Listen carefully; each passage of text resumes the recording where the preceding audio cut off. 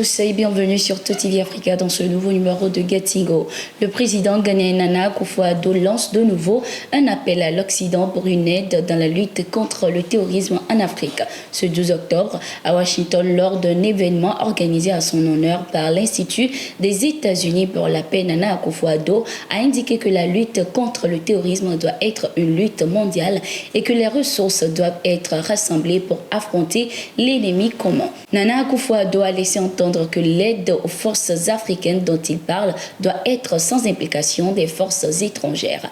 Les troupes étrangères ne devront pas être impliquées. Les troupes ouest-africaines peuvent faire le travail.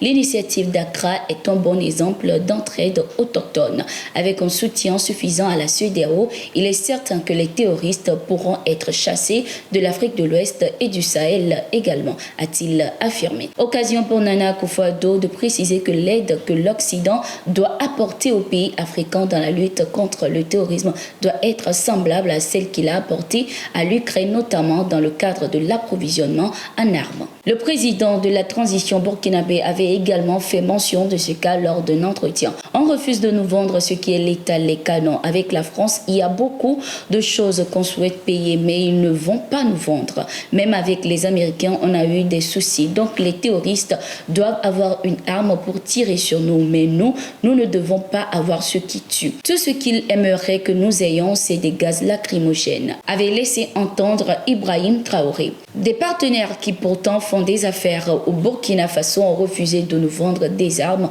Pire, ils ont dissuadé d'autres de nous vendre des armes. Les mêmes partenaires qui nous ont tourné le dos ont convoyé des matériels pour aller au secours d'autres pays. Voudraient-ils sacrifier le Burkina Faso et partager son territoire et ses richesses avec les bandits armés? S'est interrogé le Premier ministre burkinabé Joachim Apollinaire de Tambela de son côté.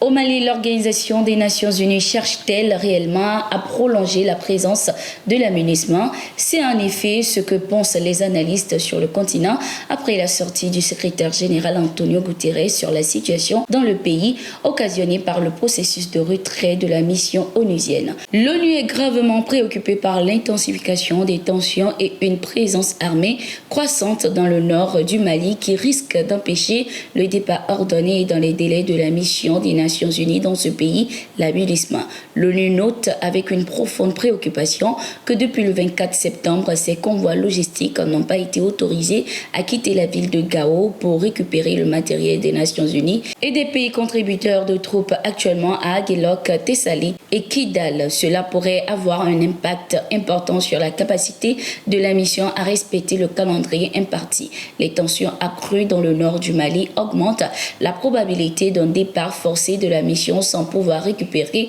l'équipement appartenant aux pays contributeurs de troupes ou aux Nations Unies. Cela entraînerait des pertes financières importantes pour les pays contributeurs de troupes et empêcherait les Nations Unies de soutenir d'autres opérations de maintien de la paix ayant besoin de cet équipement, a indiqué Antonio Guterres.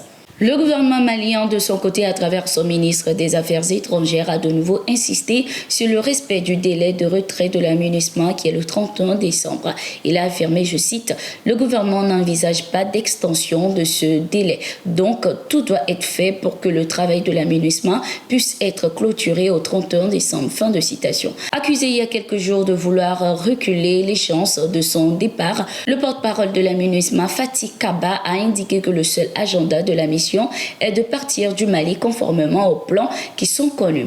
Nous avons un calendrier assuré et nous sommes en contact avec toutes les parties concernées pour garantir la sécurité de nos convois. En ce qui concerne Aguelok et Tessalit, nous restons dans les délais. C'est à partir de mi-octobre qu'on doit commencer le désengagement. Il n'y a aucun agenda caché. Le seul agenda, c'est de partir du Mali conformément aux plans qui sont connus et partagés avec toutes les parties, a-t-il indiqué. Les groupes rebelles au nord du Mali restent confiants en l'avenir de l'accord d'Alger. Pour le secrétaire général du mouvement pour le salut de l'Azawad, MSA, Moussa Ag Acharatouman, ni la coordination des mouvements de l'Azawad, encore moins le gouvernement, n'ont déclaré quitter l'accord. Mon constat est aussi que personne n'a déclaré qu'il a quitté l'accord, ni les mouvements de la CMA, ni le gouvernement.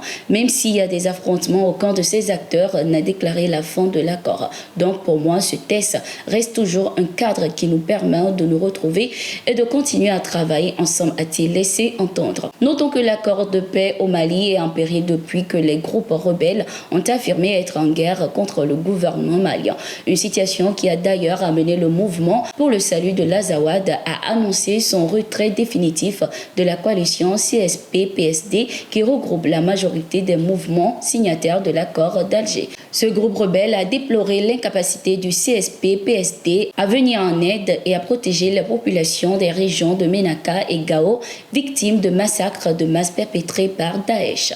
Au Burkina Faso, plusieurs terroristes ont été neutralisés à Yantenga, au nord du pays, ce 15 octobre 2023. Selon les informations, ces terroristes avaient pris la fuite après avoir mené des attaques contre une base des forces de défense et de sécurité. Ils seront par la suite localisés et neutralisés par les vecteurs aériens de l'armée burkinabé. Merci d'être resté avec nous. Nous sommes arrivés à la fin de ce numéro de Getingo. Nous sommes en continu sur nos différentes plateformes. When I lift up my voice,